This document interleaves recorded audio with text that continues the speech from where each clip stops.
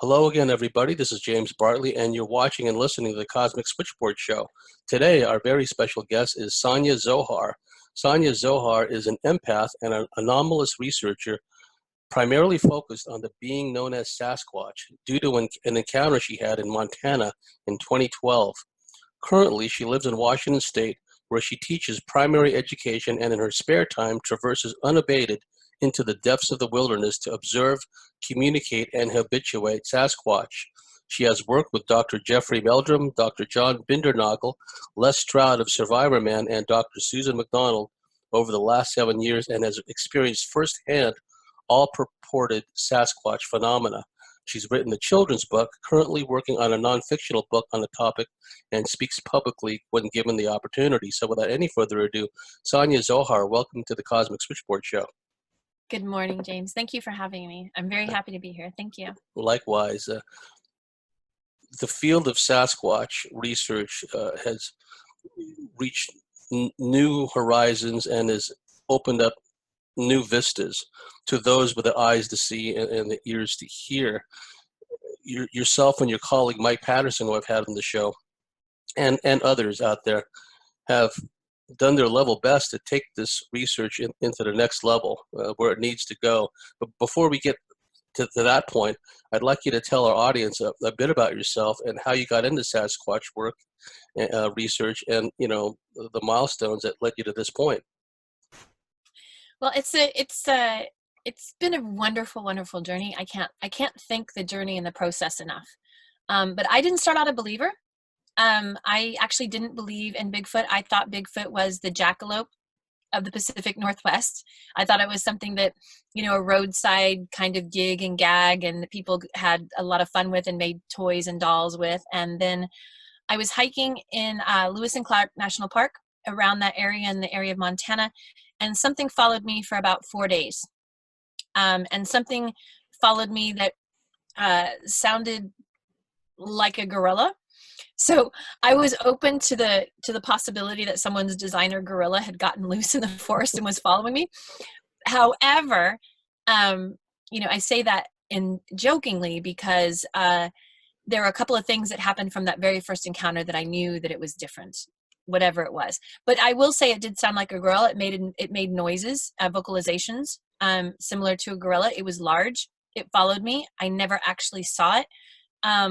But it made noises, broke sticks around me, and then it actually vocalized in a very gorilla-like sounding vocalization.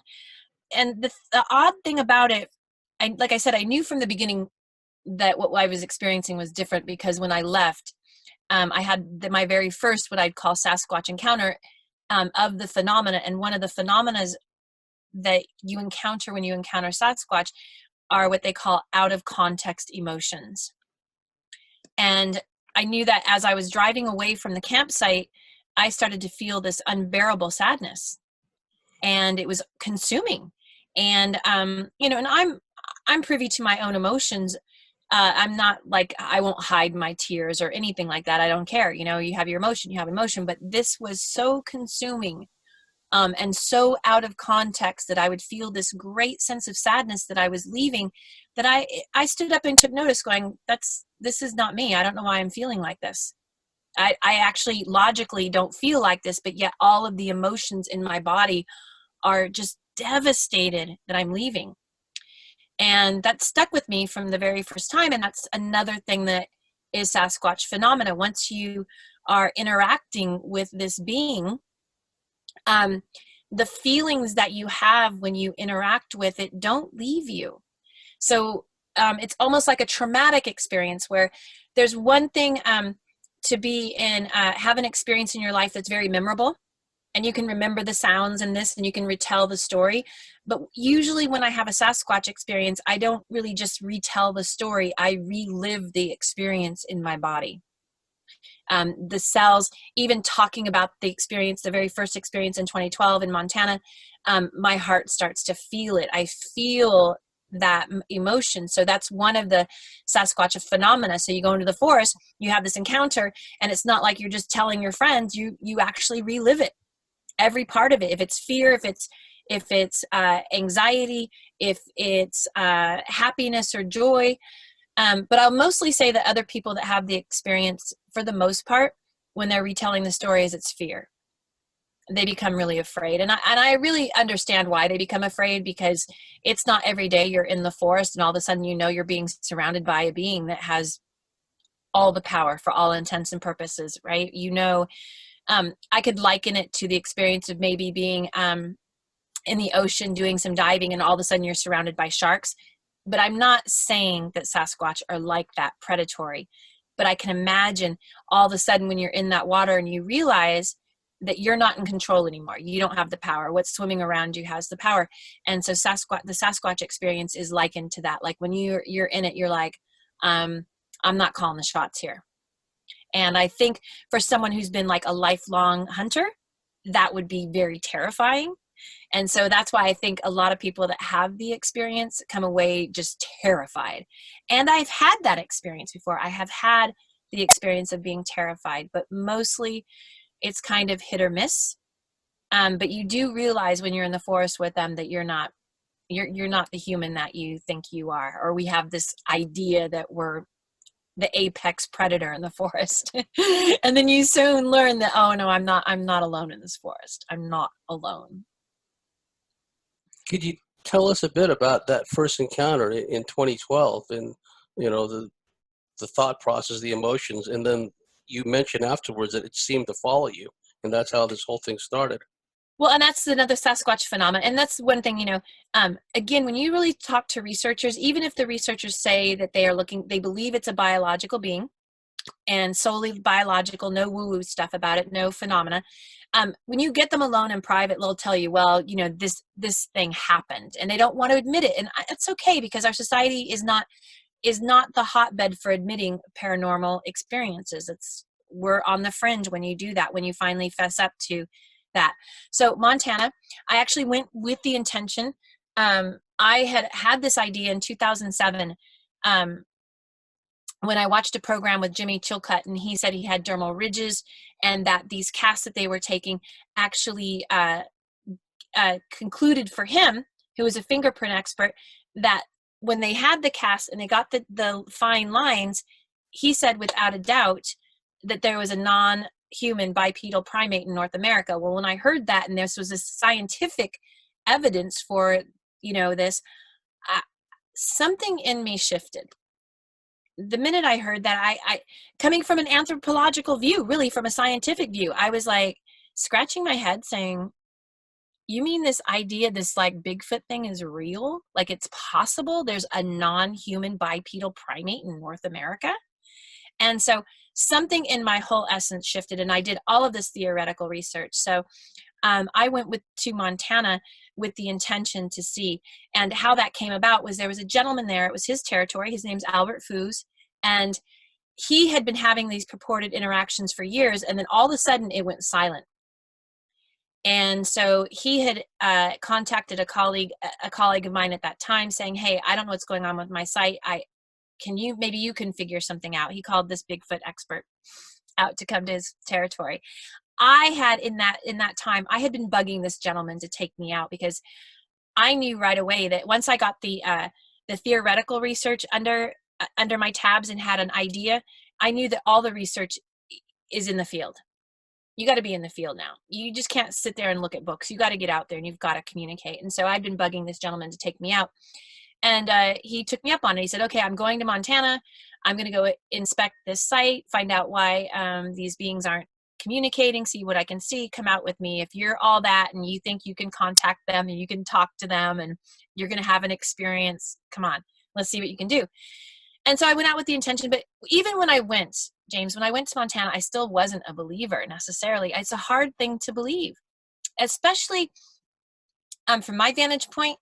Diane Fossey and Jane Goodall are my heroes, you know, so, you know, Gorillas in the Mist, Jane Goodall, and, you know, I really had this mindset, this belief system that all of our larger order apes and primates existed in Africa and Asia, not in North America. So it was a big chunk for me to take in, when I went to Montana, I was still like, okay, let me see this. Like, let me see this evidence before I actually believe.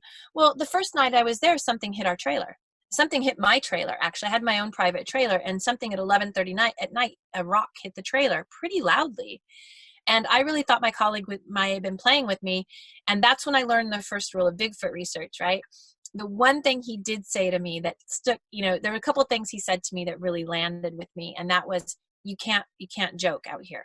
We don't joke each other about anything. We don't pull pranks, because what we're doing is the finesse is so, you're dealing with these physical evidences, and you're dealing with this a very elusive creature. So if I joke you, I can't trust you, and if you joke me, we can't trust each other.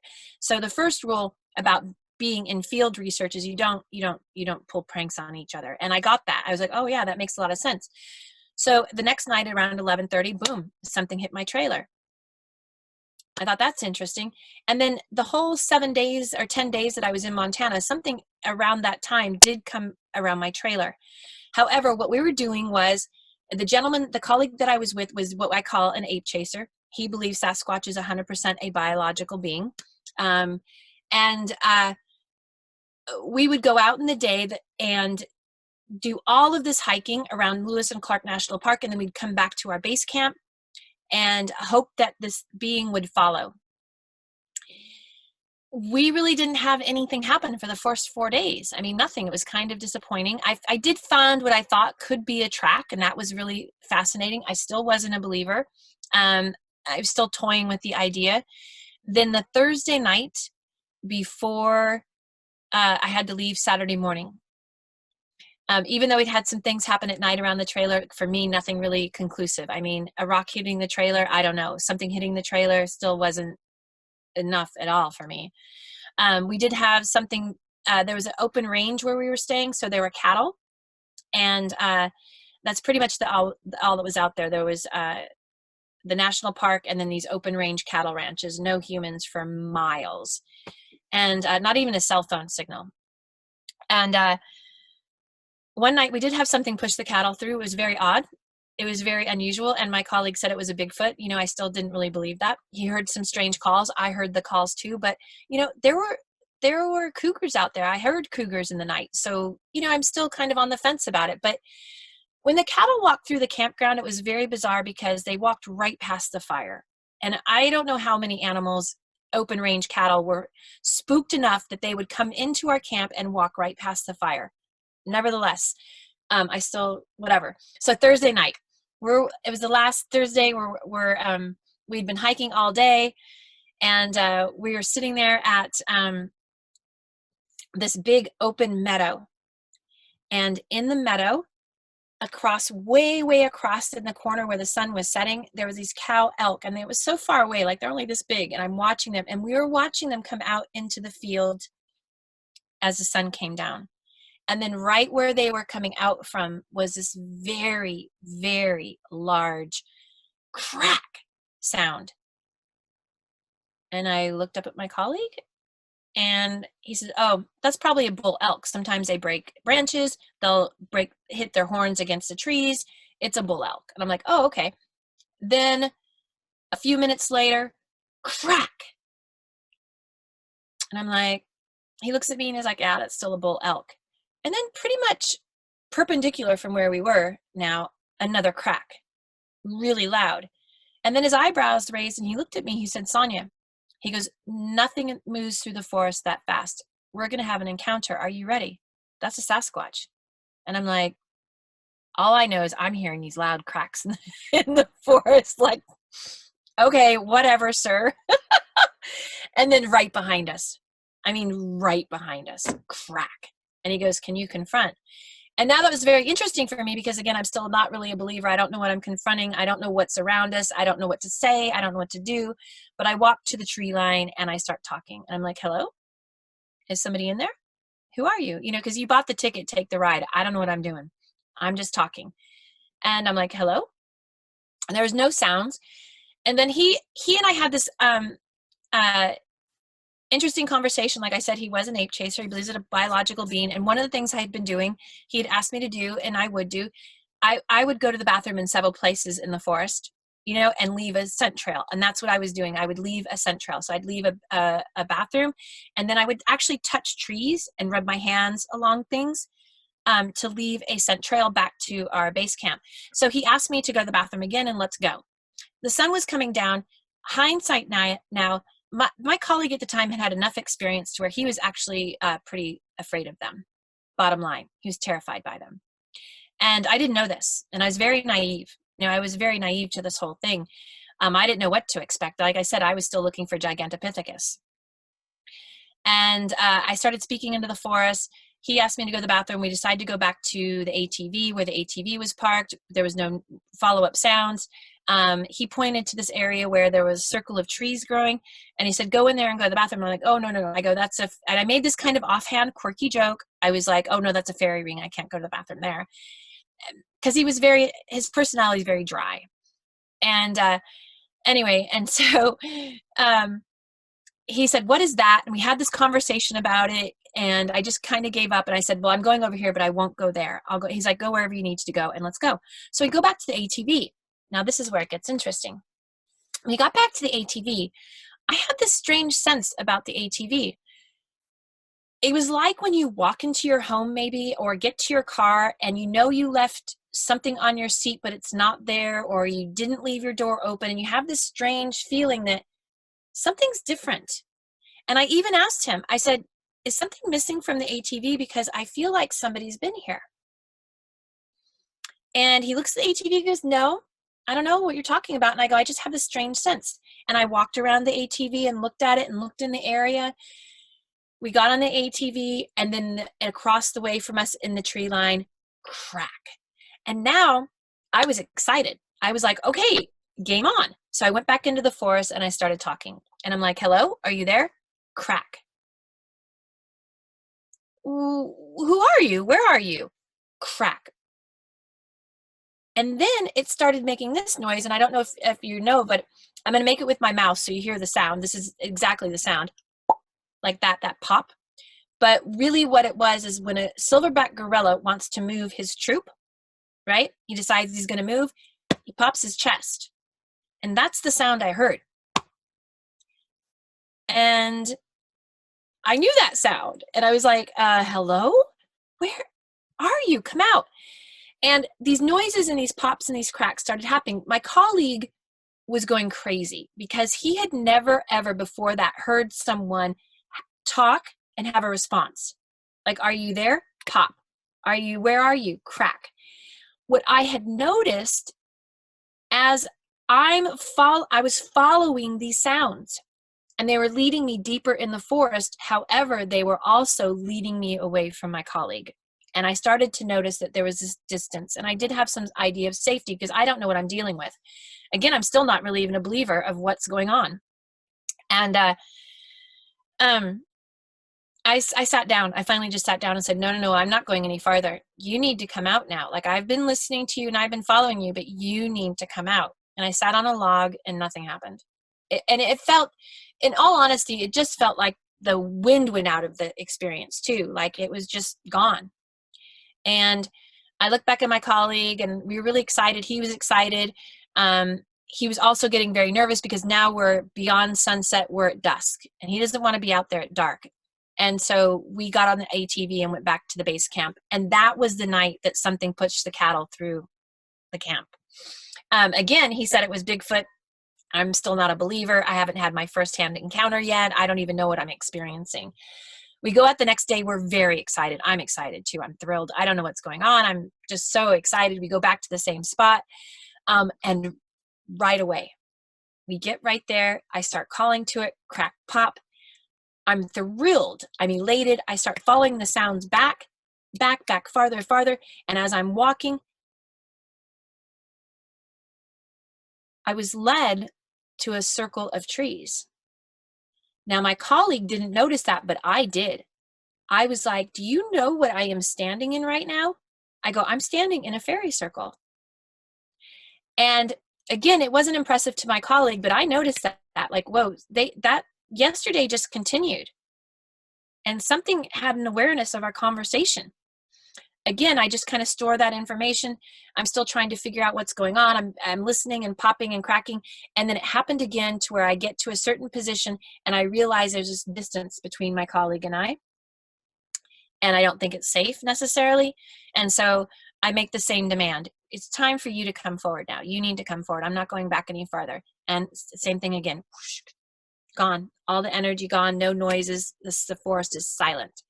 So I go back to the ATV where my partner is, and we start talking. We start to maybe nibble on some food. And then I realize, you know, look, the bottom line is whatever it is wants us to go back in there. So let's just go. Let's just go. And so we did. We went hiking. We hiked way back into the back of that forest for several hours. We got to a creek. We sat down. We chatted for a bit. Nothing happened. There was nothing strange, no phenomena. At one point in our conversation, though, we both did this one thing, which was very interesting. We both sat up and turned and looked.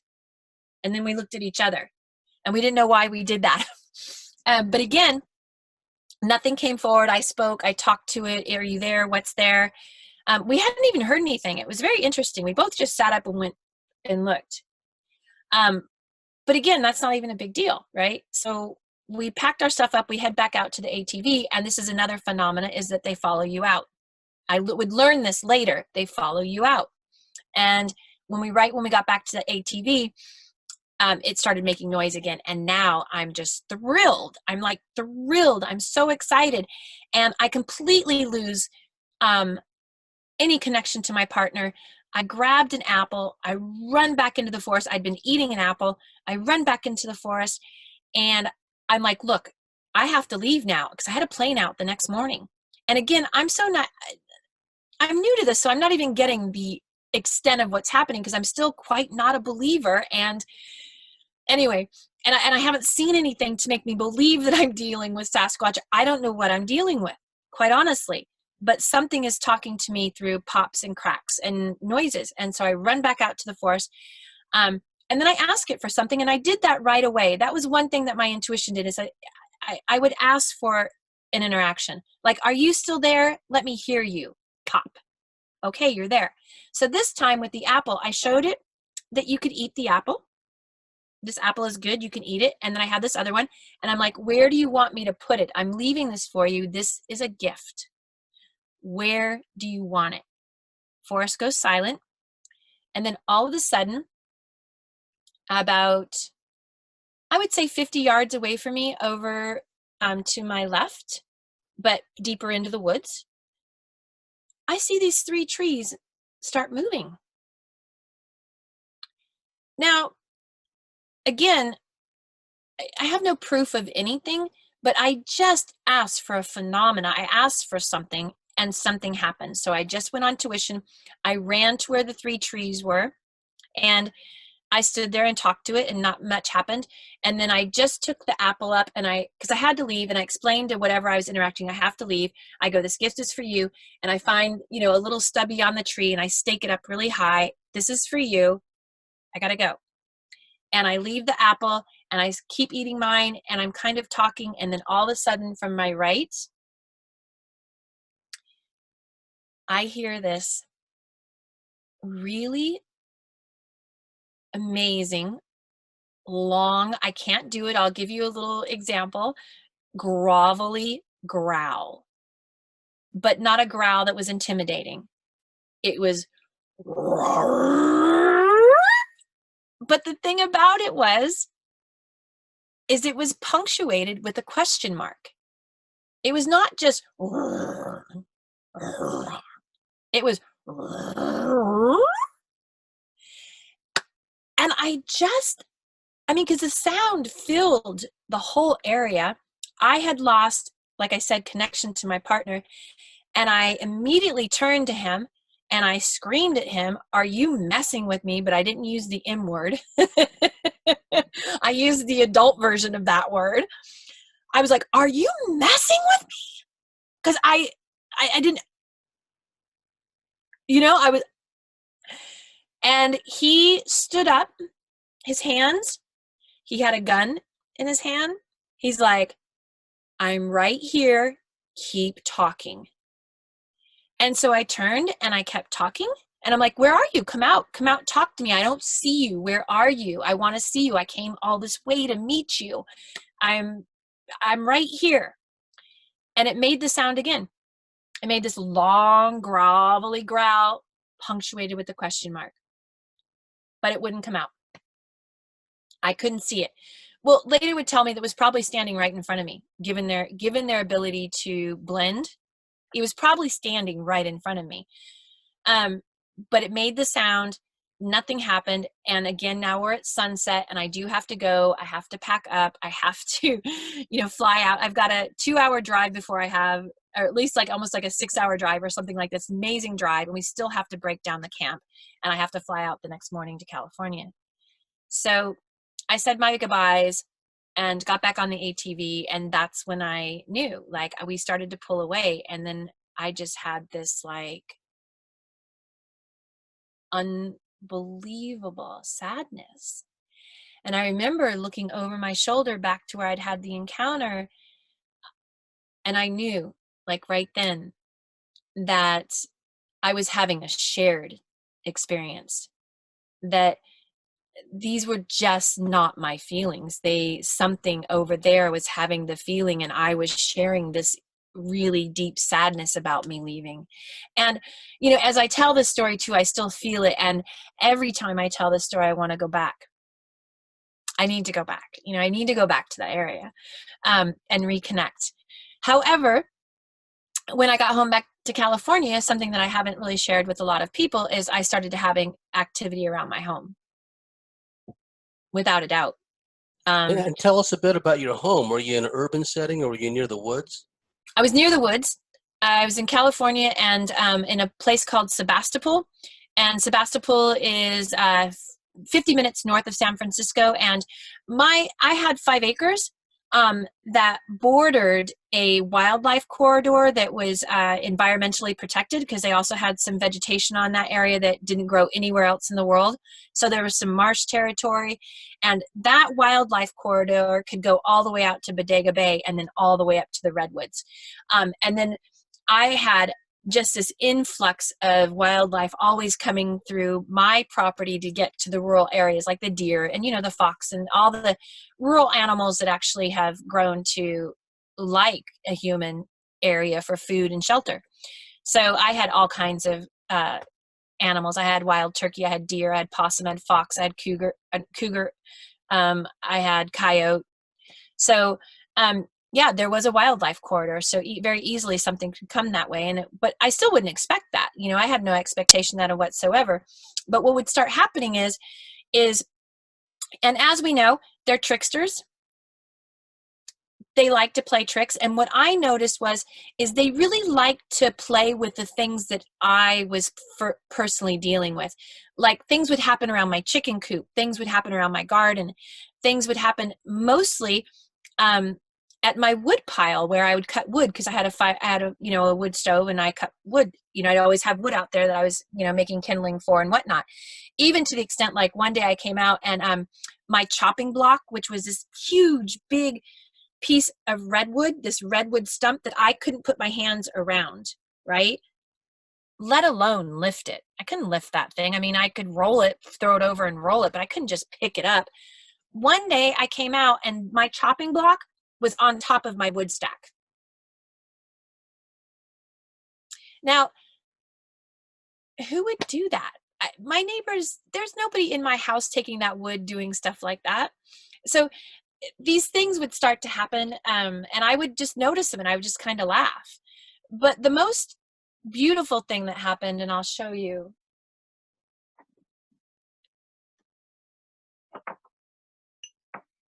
Matter of fact, my favorite piece of evidence, my absolute favorite. So one of the things I started doing was leaving gifts, like everybody does. We leave gifts. And I chose really early on not to do food and not to do anything plasticky or gimmicky. I really had decided that any forest dweller, well, first of all, I want to leave no trace, right? I wouldn't want to leave something plastic in the forest, right? And I decided right away to leave crystals, polished stones, because a stone is something of nature, but something polished would be interesting, I would think, right? And so that's what I first chose. And I left crystals in Canada and they would be taken. And Mike and I had experience with crystals. I left crystals when I was in Canada, and the crystal that I specifically left hidden, and Mike didn't even know I had done that.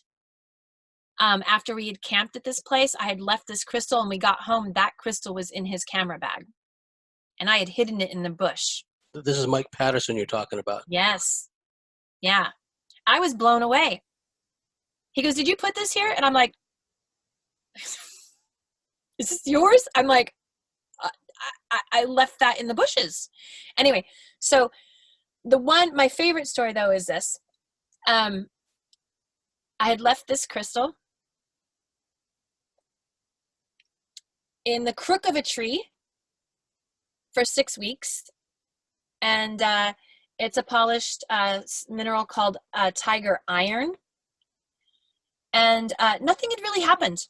I left it there for 6 weeks, and I'd go back and check. It was in a tree in that wildlife corridor where nobody ever was. Like, I'd never seen a human out there in the 5 years that I'd ever lived there. I was the only human I'd ever seen out there, because the wildlife corridor was bounded by other people's properties, private property. There was no way to get to it. So I'd left this in the crook of a tree for 6 weeks. Nothing happened. It would maybe turn over or turn a different direction. However, we all know that a raccoon or a squirrel or a raven could have played with this. It is shiny. It is pretty. But I left it there for 6 weeks. And then after 6 weeks, I just brought it home. I thought, oh, well, they're not interested, or they didn't see it, or nobody cares, or no big deal. And when I woke the next morning,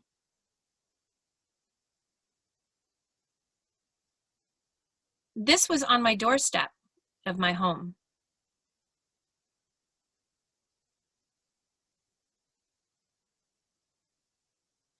This is a naturally occurring rock, and I've had a geologist look at it, and you can see they are almost identical.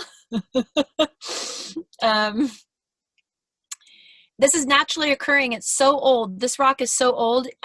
If I broke it open, the geologist told me that it's like a geode, and the inside is nothing but sand. She says the stone is just ancient, and it's lava in origin. So, yeah. That is a remarkable story. Isn't that wonderful? And what's so funny is there's this theme about me and the heart, because, when I heard about Bigfoot and I realized that it could possibly be true, the first place it landed was in my heart.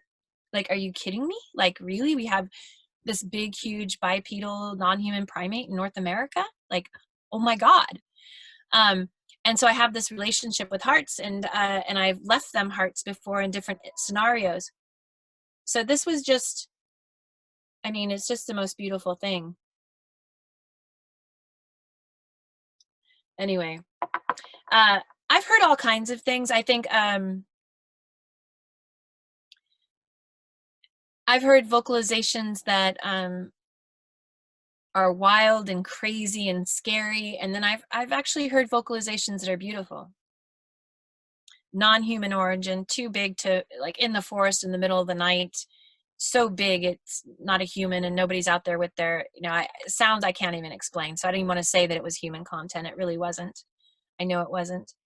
But that one is my favorite piece of evidence. But I have others.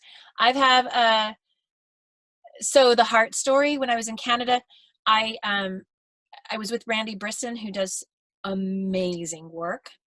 And he's Lakota, and he's very close to his roots and his indigenous roots. He's very, very involved in his community, and he's been communicating with a group for years. That's all he does. And he doesn't post things, and he doesn't really talk because he feels the same way I do. There's so much criticism, and somehow some like BFOR people in Canada had pointed him out as a hoaxer, which is absolutely not true. Randy will always be welcome here. Anyone that you regard as being the real deal is always got a friend here at the Cosmic Switchboard Show. So if you can just let him know that. Well, Randy and I have done some wonderful research. Thank you. I'll have him come. But he's also a little bit shy to talk about it because of his heritage, and their people his culture does have a relationship with them. They have a relationship. They've had a relationship for centuries with them. Later on, I have a quick Lakota story. I don't want to interrupt you, but it involved me. So, but please continue. Oh no, I was just going to say, that's their culture. Matter of fact, the first gentleman I spoke with about this was in California. It was also Lakota, and I had a dream when I came back from Montana, and I don't want to share the dream here, not publicly, but he told me right away when I told him the dream. He he goes, yes, they are communicating with you, and this is what this means, and this is what this means. And he had shared some things with me about how their community, basically, the Sasquatch would come in at night and watch their rituals, and be present with their nightly dances and prayers. And so he said they had a long-standing relationship with him. And Randy goes out, and Randy has some of the best evidence you've ever seen, ever. Anyway, I'll let you connect with him. But go ahead, please tell me your story. Just a quick story. I'll share you a dream I had. Well, I'm not going to share it here, but it dealt with the Lakota elders also. And but the quick Lakota story was, I had a book on my shelf for a long time about Leonard Peltier and how he was railroaded, framed by the feds. And, he's still doing, as far as I know, if he's still alive, doing hard time in a federal pen. And for those who don't know the story, the Lakota at Pine Ridge and other reservations were getting a lot of harassment from the feds. And it degenerated into a shootout situation. Federal officer was shot, wounded, killed. I can't remember the exact story. Leonard Peltier was a Lakota who was basically framed and, thrown into a federal penitentiary. And I kept getting prompted to read that book, but I couldn't bring myself to read it because I didn't want to go through the emotional, upheaval of reading how this guy was railroaded and stuffed up by a kangaroo court. Finally, the promptings, the spiritual promptings were so intense. Okay, I gave in. I read the book, right? And I'm reading the opening chapter. And for some reason, the author was saying that he kept visiting these, not just Lakota reservations, but other Native American reservations throughout the Southwest too. And they kept telling him, the big hairy man is coming back. Everywhere he'd go, these Native American elders would tell him there's been sightings of the big hairy man. He's here to tell us something is coming, right? And I'm thinking, this is interesting. I resisted reading this book because I didn't want to read about the travesty of justice. But the first chapter, the foreword, is about Sasquatch, right? So long story short, I read that. And then that night, I'm laying in bed, and I felt the presence in the bedroom. And I knew intuitively that there was a Sasquatch, invisible, in my bedroom. And it had to do with me reading that book, right, about what had happened to Leonard Peltier and the foreword to it, right? So I thought that was remarkable. I related the story to Mike Patterson. So anyhow, that's the extent of that. But then I'll tell you in the break about my Lakota dream. Didn't really have anything to do with Sasquatch, but I think it may be connected.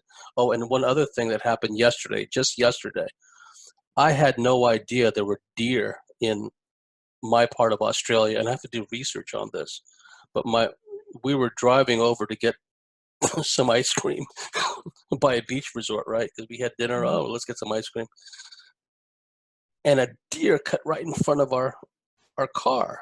Scared the hell out of us, right? And I'm thinking, deer. I mean, I've seen like wallabies, which are kind of small kangaroos. I've seen other things, but never a deer. I didn't know there were deer around here.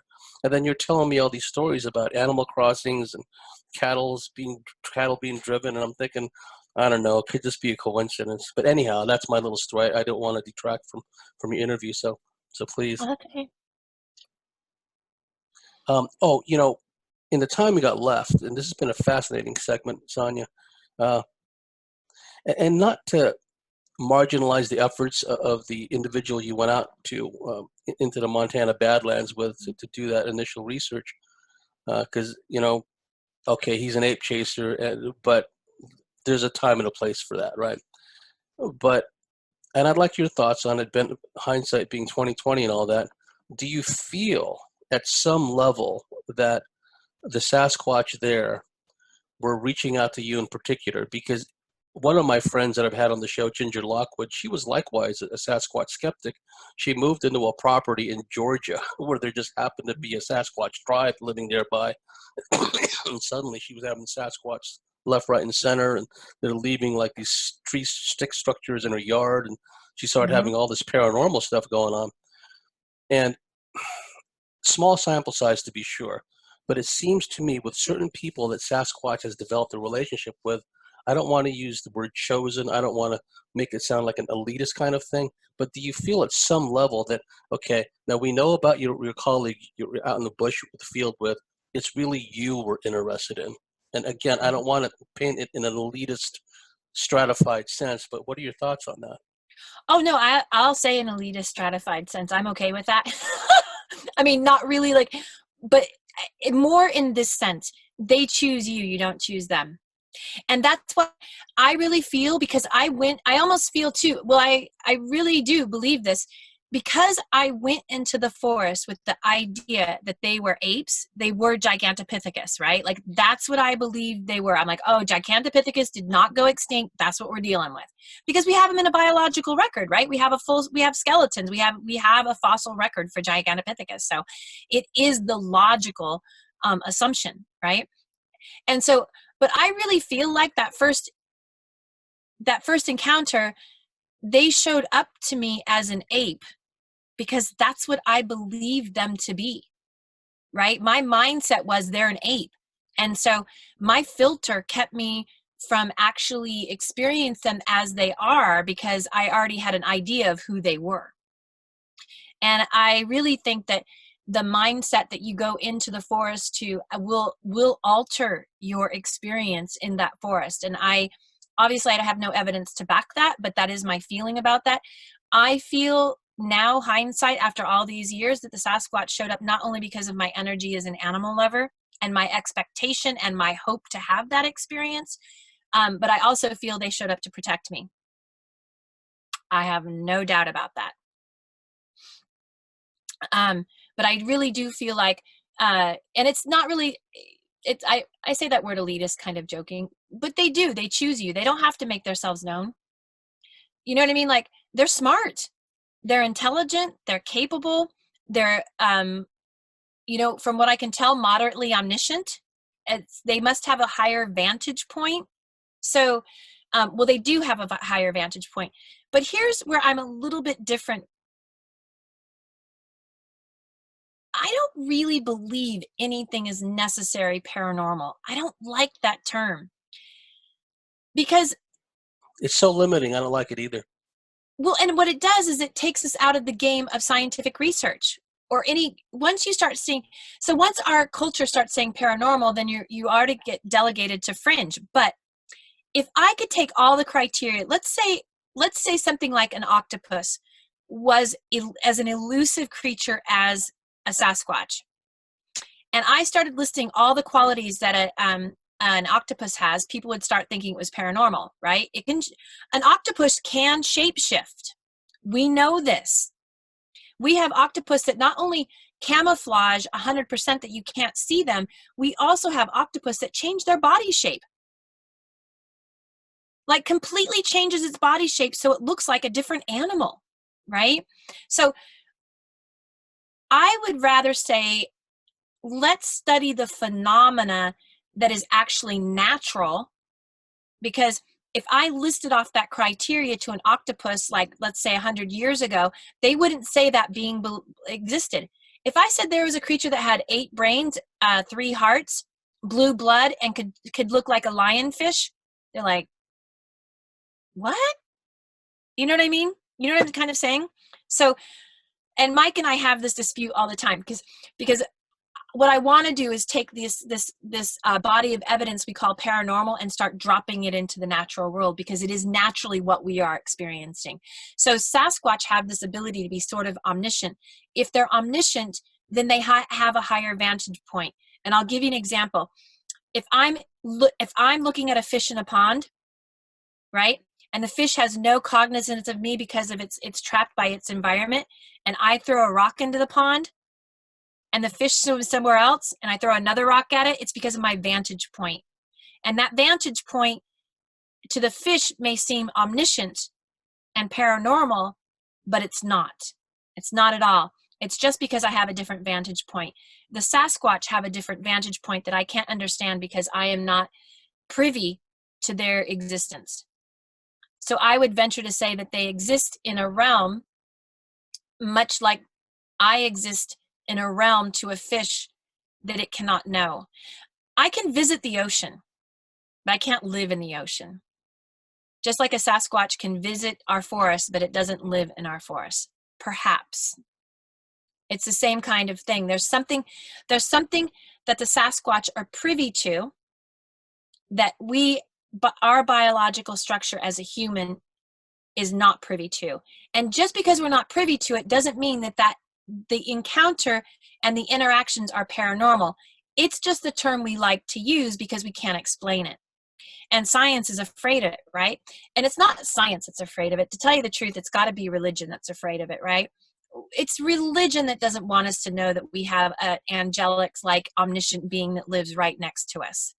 Because once we start accepting all of these things that the Bible doesn't really account for, then all of a sudden all the Bible power structure leaves. And science they parlay to each other, right? Once you start saying it, there's a great TV show, and I've used this soundbite before, but there's a show that was on the History Channel for Sasquatch, and there were some great scientists on there, like 5 or 6 scientists. One was Jeffrey Meldrum, and the other was Ian Redman. Now, Ian Redman believes in Sasquatch, 100%. Nevertheless, the premise for the show, all the scientists agreed. They said this one thing. They said, before we begin our talk, we have to agree that whatever we're researching has to be in the biological record.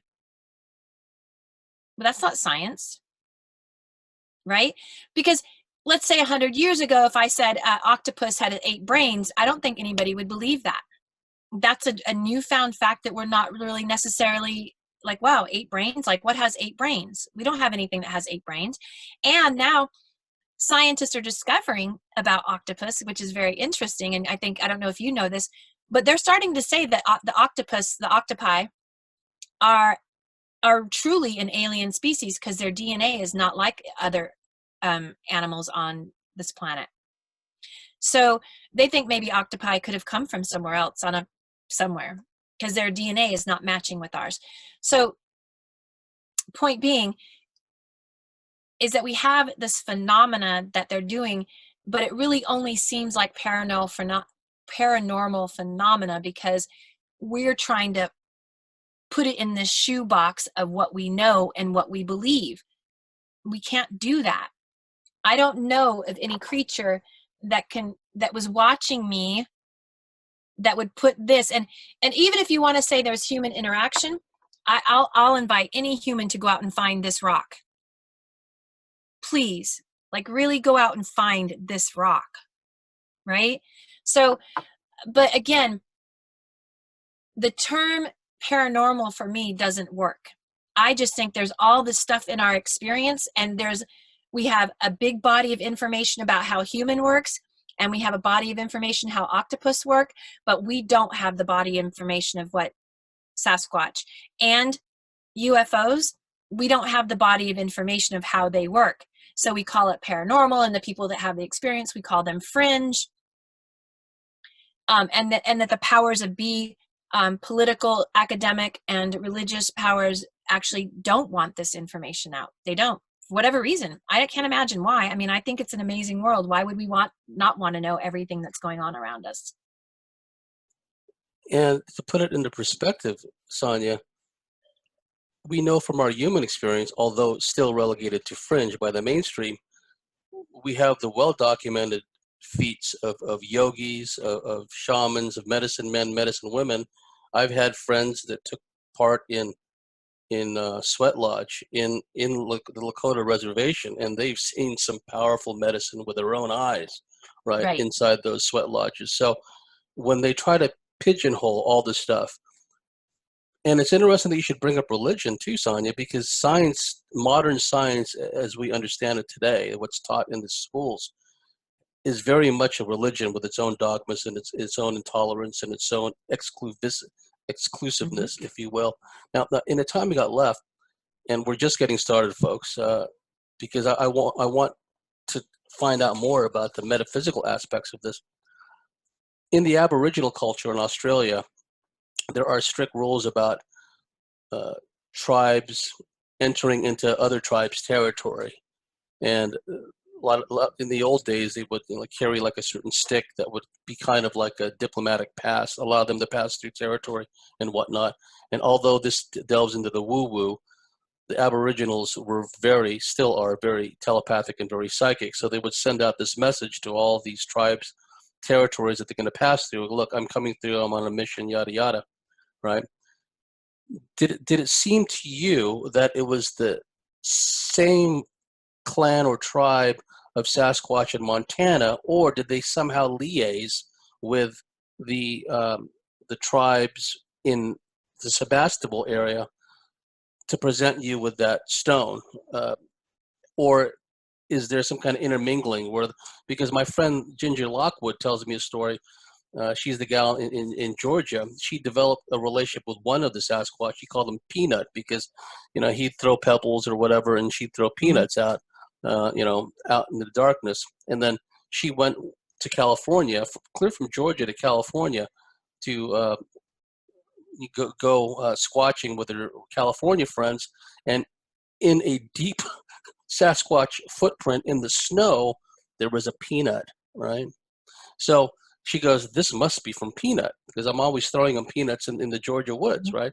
So what are your thoughts on that as far as, they literally followed you, but which tribe do you think it is? Do you think that there's some kind of coalition going on with alliances, if you will? I really can't speak to that. I can just speak to my experience. What I do know is this: the being that I dealt with in Montana could be the same being that followed me home. That I'm open to. It may be. But you get a sense, or I get a sense, that they're very different. Like, I know for a fact, two of the troops, for better words, or tribe, right, that Randy is dealing with were very distinct. They were very distinct. I don't know how they communicate. I could speculate on that, and I love that you just shared with me, the telepathic thing. And we know that had to have been going on because ancient cultures communicated all the time, and they were much more earth-oriented. And speaking to the religion and the educational cult, like, you guys know it more than anybody. You're in Australia, and the form of terrorism that the Catholic Church did with the help of the Australian government to the Aboriginals in Australia is beyond. I mean, they had an intentional breed out the Aboriginal program. You can't get more terrorism than that. Stealing their children and breeding them out. Like, they had a program, and it was from the Catholic Church. Breed them out. So they would take the children and rape them and impregnate them with white babies. So anyway, that's not a very good subject for me. Who knows what our ancient cultures were really doing and what was really available to them. But yeah, that telepathic communication, there had to have been some form of communication. And I think you might be aware that even the Egyptians came to Australia and were in cahoots with the Aboriginal leaders. The Aboriginals of Australia are pretty much probably the original people of the whole planet. And this kind of information is being squashed, but nevertheless, I don't know how they communicate, but the one image of the Yowie on the bench the famous, and the logging image where you see the yowie. The one thing I found interesting about Australia and the Pacific Northwest, because I'm kind of going off on a tangent here because a lot of ideas are coming up for me right now. But what I found most fascinating is in all my research, these beings seem to be different, actually. What is qualified, like the Yeti is not the Sasquatch of the Pacific Northwest. The morphology is different. The stories are different. Yes, it's this relic being or whatever, this being that they're hominid-like being. But even in Russia, the Yaren, yeah, the Yaren, Yalmas and the Yaren, they all have different physicalities. But what's really interesting is the Sasquatch of the Pacific Northwest really looks like the Yowie. That is really bizarre to me. Nevertheless, I don't know how they're communicating. I mean, there's also, the kahunas in Hawaii, they use lava tubes. They said openly that the kahunas could travel all the way to the mainland in lava tubes. And so I don't really know. I know that the ones I dealt with were different. I never really got the one at my home. I never got, for better or worse, like an ID on, like an ID, like I knew. It was very, very elusive. It's really interesting. I know stuff was going on, but and I know where he came from too, or I didn't even get a feel for a he or a she. The one thing I did get, it was big. It was big. One night I had this thing happen, James, and I know people will talk about this too, and Randy does too, and I don't know. I would get gifts of animals.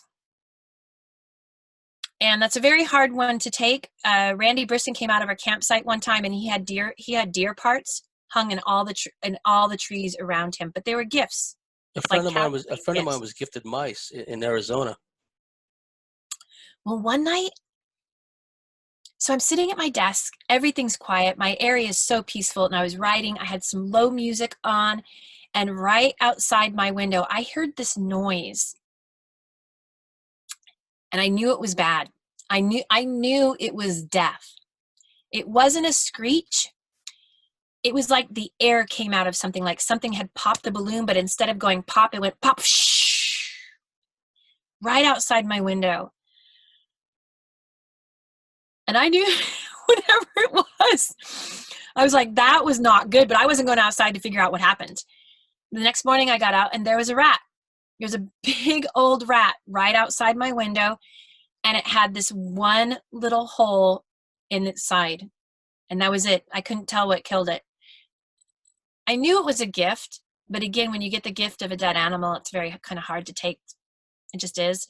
I've had entrails left on my front porch. I had that rat left, and then I did have a deer left in my backyard, and the deer would coincide with the cow mutilations, right? The deer had its cavity in a perfect circle. Everything was out of its stomach in a perfect circle. Those kinds of gifts are hard to take, but I never really got, like I said, an ID on it. I didn't really feel like it was the one from Montana. The one from Montana has a very specific energy. I want to go back to it. I don't feel like it specifically followed me home, but the phenomena did, right? Canada, very specific for being troop, the very first one I met. The second one was led by a female, and there was about 11 in their group. How I know these things, I can't really relate to you. It's maybe that thing you're talking about. They speak to us in a different way. Go ahead. Oh, yeah. Well, we're nearing the end of the first segment. It's been a fascinating segment. Thank you so much for sharing, Sonya. Uh-huh. In the next segment, if you feel so inclined, I'd like you to talk about the interactions in Canada with the group that Mike Patterson interacts with, because that takes it to a whole nother level. I mean, you've already described things that take it to another level, but what Mike has been experiencing and what you validated also in your research, going over there, in spite of the interference from all these Bigfoot research organizations, let's say, that want to keep everything.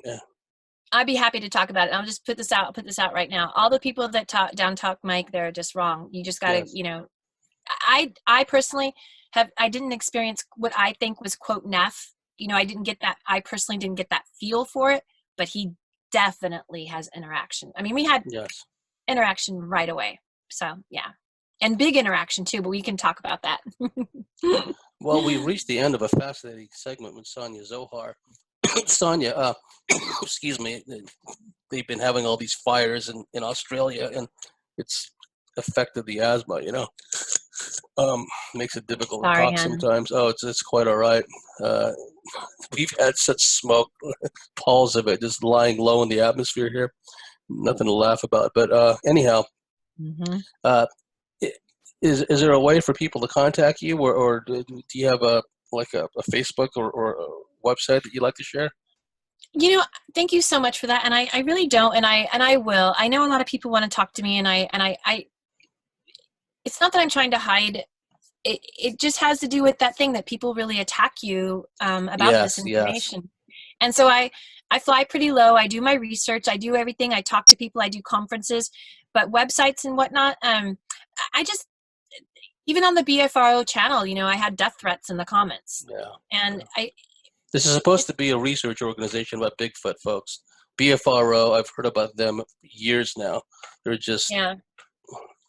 but yeah, understandable. And the fact that you can do all this stuff, be in the forefront in the field, but still slide under the radar, speaks volumes about you as an investigator and as an individual.